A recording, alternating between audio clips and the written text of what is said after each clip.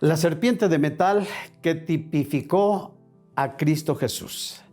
Síganos en nuestras plataformas para saber más. Regálenos un me gusta, una duda, una pregunta, un comentario, siempre estaremos para servir. En el libro de los Números, en el capítulo 21, se nos narra un pasaje relacionado a nuestro tema que le vamos a dar lectura para entenderle mejor. Oyendo el cananeo, el rey de Arad, el cual habitaba al mediodía que venía Israel por el camino de los centinelas, peleó con Israel y tomó de él presa. Entonces Israel hizo voto a Jehová y dijo: si en efecto entregares a este pueblo en mi mano, yo destruiré sus ciudades. Y Dios escuchó la voz de Israel y entregó al cananeo y destruyólos. Y ellos y a sus ciudades llamó el nombre de aquel lugar Horma. Y partieron del monte de Hor, camino del mar Bermejo, para rodear la tierra de Edom. Y abatióse el ánimo del pueblo por el camino, y habló el pueblo contra Dios y Moisés: ¿por qué nos hiciste subir de este Egipto para que muramos en este desierto? Que ni hay pan ni agua, y nuestra alma tiene fastidio de este pan tan liviano. Y Dios envió entre el pueblo serpientes ardientes que mordían al pueblo, y murió mucho pueblo de Israel. Entonces el pueblo vino a Moisés y dijeron: pecado hemos por haber hablado contra Dios y contra Moisés. Ruega pues tú a Dios para que nos perdone. Y Dios dijo a Moisés: hazte una serpiente ardiente y ponla sobre lo alto. Y será que cualquiera que fuere mordido y mirare a ella, vivirá. Y Moisés hizo una serpiente de metal y púsola sobre la altura. Y fue que cuando alguna serpiente mordía a alguno, miraba la serpiente de metal y vivía. En esta lectura hay muchas cosas que mirar. Probablemente no podamos ver todas, pero lo más esencial, lo más importante, sí. Lo que está allí es una figura de lo que habría de suceder en el Nuevo Testamento. Aquí se está diciendo que el pueblo de Israel, cuando tuvo dos guerras, una la perdió, la otra la ganó, y cuando todavía Moisés les dice: es que tenemos que dar una vuelta muy grande por Edom, se fastidiaron, lo dice allí, se cansaron, y entonces se pusieron de acuerdo y le reclamaron a Moisés y le dijeron: ¿por qué nos has hecho esto? ¿Por qué nos sacaste de Egipto? Y le reclamaron arduamente, y esto no le pareció a Dios. Y por lo tanto, Dios, como castigo, les manda una plaga de víboras venenosas, que a donde fueran, a donde caminaran, a donde se acostaran, donde se sentaran, había víboras venenosas. Y dice allí que murió mucho pueblo, murió mucha gente. Cuando el pueblo se vio perdido y amenazado a la extinción, acudieron a Moisés y le dijeron a Moisés: nos equivocamos, cometimos un pecado, cometimos un error, ya nos dimos cuenta, ayúdanos, habla con Dios para que no muramos nosotros, dile que nos perdone. Entonces Moisés allí estaba fungiendo como intermediario, porque en aquel momento, bueno, en todos los momentos, Moisés solamente era un tipo de Cristo al futuro. Y Moisés acudió a Dios y habló con Dios. Y una vez que Moisés le explicó a Dios el sentir del pueblo, Dios le dijo: está bien, hazte una serpiente de metal y ponla en lo alto. Y será que cuando alguien sea picado por una serpiente, pues nomás con que mire a la serpiente será sano y vivirá. Y sucedió que fue así, y cuando alguien era picado, miraba a la serpiente de metal y era sanado, y el veneno se extirpaba y vivía. Esto es un reflejo del Cristo del Nuevo Testamento. El que mire a Cristo es salvo, pero el que mire para otro lado, pues obviamente que no. Cuando una persona allá era picada por la serpiente, sabía dónde estaba la serpiente, no podía mirar para otro lado.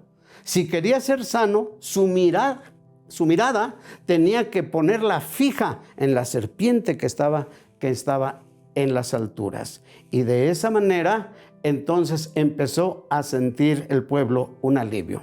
Pero había una cosa. El pueblo le dijo a Moisés que le dijera a Dios que le quitara esa plaga de serpientes. Dios la podía quitar tan igual como la puso, así Dios podía quitar la plaga de las serpientes. La pregunta sería, ¿y por qué no las quitó? Si el pedimento era que le quitara las serpientes, no las quitó. Por el contrario, dijo, solamente pon una serpiente de metal en el cerro y cualquiera que sea picado, que mire allá y será sano. ¿Por qué fue esta situación? Porque hay gente que usa la necedad y ni así, ni para su bien, dándole las instrucciones que dice el Evangelio, que dice la Biblia, que dice la teología, la doctrina, etcétera, ni así se quieren acercar a Dios para que les perdone. Así que de esa manera vemos que no había otra manera más que esa. Esto anterior que acabamos de explicar solamente es en figura de la acción tanto de Satanás como de Cristo. En esta lectura que ya hicimos se va a ver las dos actitudes, las dos acciones tanto de Satanás como de Cristo al futuro, y pues obviamente lo vamos a leer. ¿Por qué? Pues Satanás siempre ha estado atrás de todo lo malévolo, porque él seduce, él engaña. Por ejemplo, ¿dónde empezó? Con Adán y Eva. ¿Quién estaba atrás allá? Pues Satanás. ¿Quién estaba atrás cuando el pueblo de Israel, una vez que salió de Egipto y pasó por el Sinaí, después hacen el becerro de oro, sinónimo de idolatría? ¿Quién estaba atrás? Pues el mismo, la serpiente satánica, vamos a decir. Bueno, ¿y quién estuvo atrás, vamos a decir, de Judas? Pues el mismo. ¿Quién está atrás de todas las personas, hombres y mujeres, que actúan de una manera, ¿cómo diría? Usted ayúdeme a pensar, pero vamos a poner fea. Y usted ya auméntele los etcéteras, de una manera fea. ¿Quién está atrás de allí? Está Satanás. Entonces Satanás es el que hace todas estas tareas, todos estos trabajos en contra, ¿sí? Allá en el Antiguo Testamento, en la lectura que tuvimos, salió la solución. Entonces, en el Nuevo Testamento está el veneno de la serpiente, como vamos a mirar, y también está la solución. Entonces, muchas gentes se sienten llenos de ese veneno, pero están quietos, están conformes y no buscan la solución, aquel antídoto que quita el veneno de la serpiente. Veamos. En una lectura que se encuentra en el Salmo 58:4, que lo vamos a leer, que dice así: veneno tienen semejante a la serpiente. Son como la serpiente, sordos, cierran el oído para que no oigan la voz del encantador, o sea, del predicador. Pero note usted que está diciendo, porque tienen veneno debajo de sus labios, veneno semejante al veneno de la serpiente. Un versículo más, unos dos, el 140 del Salmo, leemos así: afilaron su lengua como la serpiente, veneno de serpiente hay debajo de sus labios.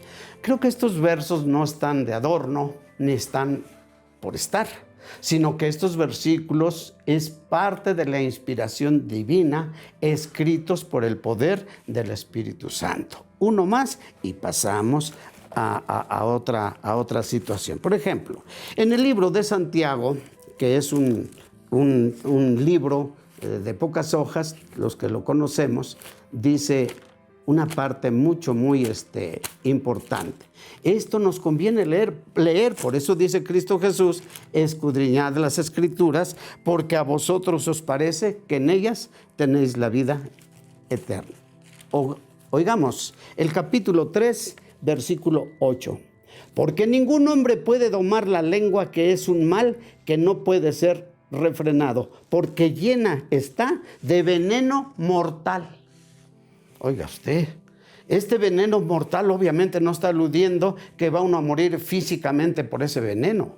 Ese veneno está matando a la persona de una manera espiritual. ¿Por qué? Pues porque la paga del pecado, dice la Escritura, es muerte. Entonces está hablando de una muerte espiritual a la cual la gente no le interesa. No le interesa mirar hacia las alturas donde está Cristo Jesús, como aquellos que miraban hacia arriba para ser sanos del veneno de aquella serpiente que, como dije al principio, tipificaba a la persona de Cristo Jesús. Por eso, nuestro Señor Jesucristo, ya en la parte de su ministerio, en una ocasión dijo así: ustedes son una generación de víboras. Usted que ha leído la Biblia sabe que Jesús se expresó de esa manera. ¿Cómo es que hay una sola serpiente, una sola víbora, y ahora dice que es una generación de víboras? Pues no queda, ¿verdad? Ahora bien, ¿por qué tiene que pasar lo mismo?